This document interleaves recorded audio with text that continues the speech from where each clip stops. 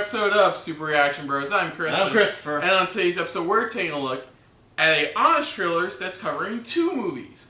One with two. We are taking a look at the Honest Trailers for Tomb Raider / Pacific Rim Uprising. Yes. Now, our thoughts. Let's go with Tomb Raider first. First, yes. I thought it was fine.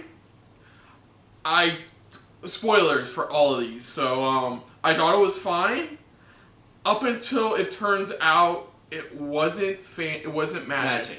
It was just grounded in reality and that's what ruined it for me. That's what it was. Like, the acting was fine. I mean, everything was fine until that point. They have Dominic West. They have freaking Walton Goggins, and Alicia Vikander. All the acting in this movie is good. And the guy from Into the Badlands. And but then you get to that last part, and it just felt like a letdown to me. And now I see why these are probably paired together. Well, this could be another. Like I said, we don't know. Okay, but what'd you think? I thought, for me personally, I loved the Tomb Raider film. I really enjoyed it. It really captured the essence of what the game did, pretty much, with her prequel story in a way, you know. And I thought they did a good job. Yeah, there was a downside to it, you know, with the grounded reality to it at the end. But you know what? If you get past that, it was a good film. I enjoyed it. Yeah, I don't think it was a bad film. I just think when that was revealed that the thing they were searching for was just like grounded in reality, it took me out of it. Yes, and now moving on to the next film, which is Pacific Rim. Okay, half of this movie is a letdown. Half of the movie is. The second half is a Pacific Rim movie. The first half, it was definitely full on YA. YA. No, it was YA. The first half, it was so YA, it was ridiculous. YA. Young adults. Thank you. Like your Divergence, your Hunger Games, things like that. You. Sorry. But then the second half major spoilers, just to let you know. When the second half, when it turns out the Asian chick from the trailers we saw wasn't a bad guy, but it was Charlie Day's character that was the villain. That's where it really picked up. That's where the second half onward, where we're starting to really try to figure out what the hell is going on. That's what I was trying to say. That's what it felt like. The first half, because remember, the director is Stephen DeKnight. It felt like Stephen DeKnight directed the first half of the movie, and Guillermo del Toro just took over the rest of the way. That's what it felt like. To be honest. But honestly, it was a good movie. I think people saying it's a letdown are just hurting that it wasn't Del Toro directing it. It wasn't him helming it. Yeah. If I had to say overall, it was fine. It was good. It wasn't spectacular. Still think the first movie was better. Where the fuck was Charlie Hunnam? He wasn't even on that memoriam wall. Well, remember, that's the memoriam walls if they die. Remember, he never died in the last one. Not even a mention, though. That's why I find it bizarre, personally. But anyways, I found Uprising to be fine. Mm-hmm. So, let's just dive right on into this and take a look for Honest Trailers, Tomb Raider / Pacific Rim Uprising. I think this has to do with probably their fundraiser thing that they did, that I think they had to do a combo one. Who knows? We can completely I'm doing the same thing you want. Let's just hit the button. Yeah, let's just hit the button and get this over with to see what they thought of the trailer, the films together.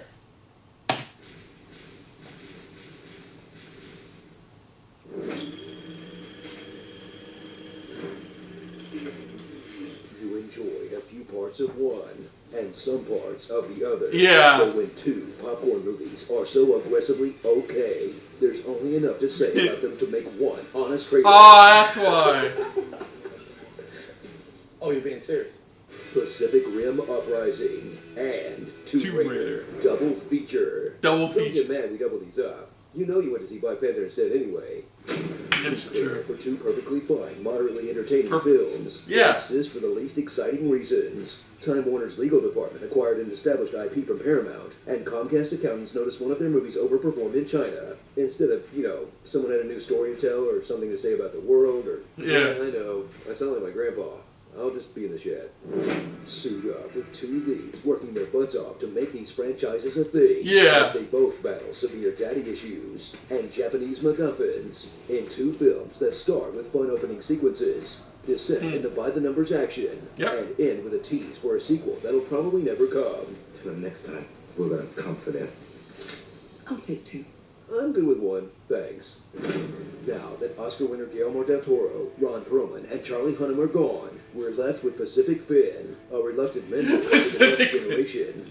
Very reluctant. Shut up! Shut up! You can't do that if you're yapping your gums. Hey, top lip or your bottom lip, they need to meet and become friends. I like that. You need to become friends. When he sent secret information from a dead family member, he'll team up with an Yeah, that assortment of sucks. heroic Chinese people Sending help. Transport inbound. to save the world in super impractical robot battles that are so insanely destructive, there won't be much of a world left to live in either way. I know, right? How many buildings can this thing take? Now that Angelina Jolie, John Voight, and Jorah Mormont are gone, Laura Croft fit, an orphan who gets in over her head, way over her head. Yeah, she gets hurt a lot. He screams a lot. When she sends Like secret that. information from a dead family member, she'll team up Dead. with an assortment of heroic Chinese people. Well, you find one. That's true! Then save the world in a super impractical tune that's so generic. You'll wish they left her as Laura Croft, Grubhub delivery biker. You know, anyone can read a tune. Getting Chipotle from Midtown to the Bronx in 20 minutes or less? Now that is exciting. But no two blockbusters are exactly alike. God is the Here we female go. objectification from the first Tomb Raider, while Pacific Rim picks up the slack. Eyes front and ass. And one has a villain too trapped to be interesting, while the other has a villain too silly to be believed.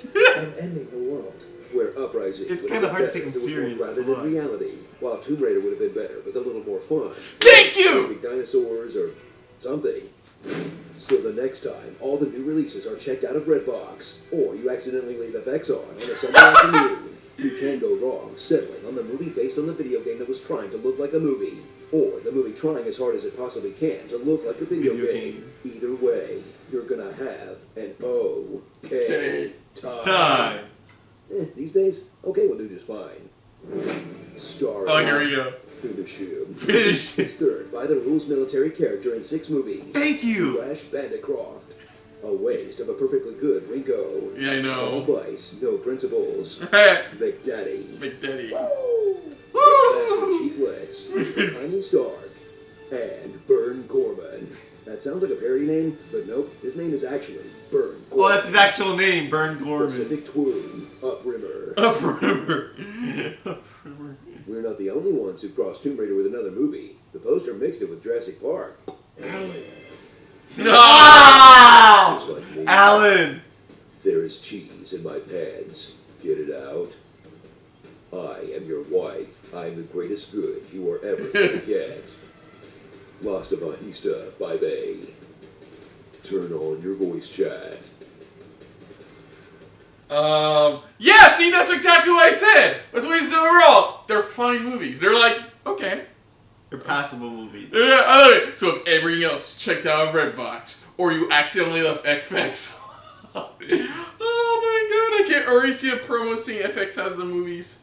For me personally, if I had to choose, I would have to choose Tomb Raider over pretty much Pacific Rim. I'm the opposite. I'm choosing Pacific Rim over Tomb Raider. Give your reason, I'll give my reason. No, you give your reason first. Honestly, Pacific Rim was what I was expecting it to be, and it gave me a little more by the end of it. You know, I'm expecting giant robot battles with crazy monsters and other robot things and crazy villains and shit like that. Tomb Raider, I was expecting... It did not meet my expectations because of that one thing I talked about where it was like... And he even mentioned it, that fun factor. Like, where are the dinosaurs? Where are the freaky...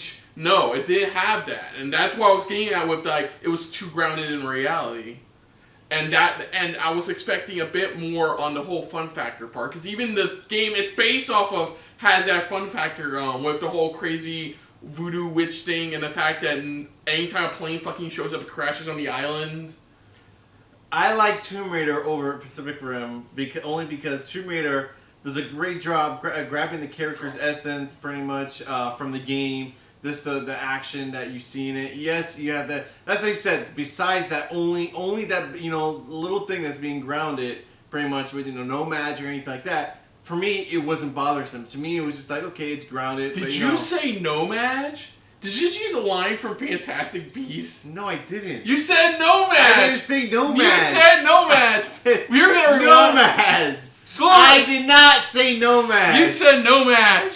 Okay, But anyways, let me finish, okay? God damn you. I liked it only because, like I said, it's this...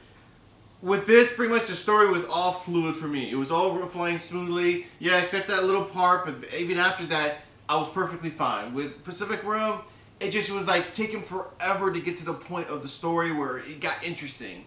And that was the only problem I had with it. It was like more of the second half. While Tomb Raider fully, as a whole, I loved it. I enjoyed it. And had, at least mine had giant robots overall throughout. Okay.